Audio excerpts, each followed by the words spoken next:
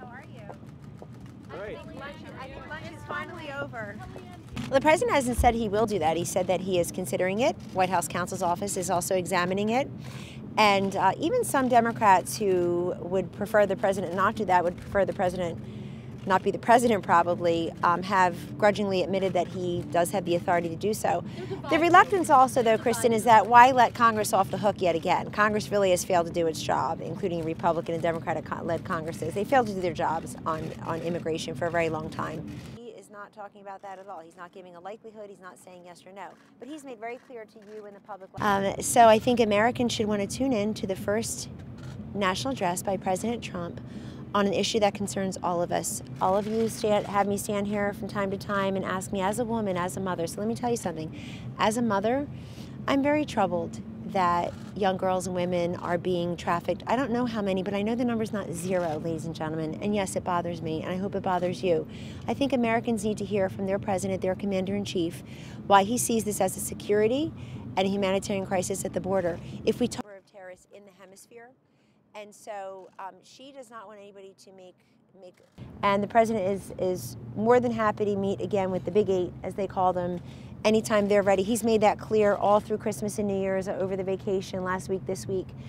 We want to make sure that our border is secure and that the government reopens, but they want it to be in the reverse order, which is not really a practical consideration. Hey, Kellyanne, can you promise that the president will tell the truth tonight? Will he tell the truth? Can you promise that the president will tell the truth tonight? Will he tell the truth? Yes, Jim, and can you promise that you will?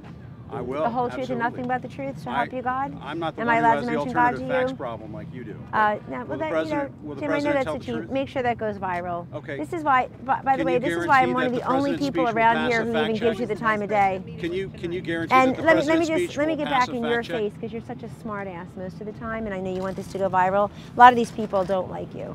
But let me just be respectful to the media at large, as I always am. I explained that that was alternative information and additional facts, and I explained it many times. And don't you put it back in my face for all the corrections that your network needs to issue. I was on your network 25 or 26 times in 2018. I'm one of the last people here who even bother to go on, and the disrespect that you show to me personally, I'll just look past. Ma'am, no, just asked you if don't the call me president would ma'am be to telling the make it truth up. tonight. That's why, go ahead, please, Mara. I think the president is going to bring his case directly to the American people. I know you're covering it, but he also needs to cut out the middleman, because there's a lot of misstatement and lies told about him routinely every day, just looking around.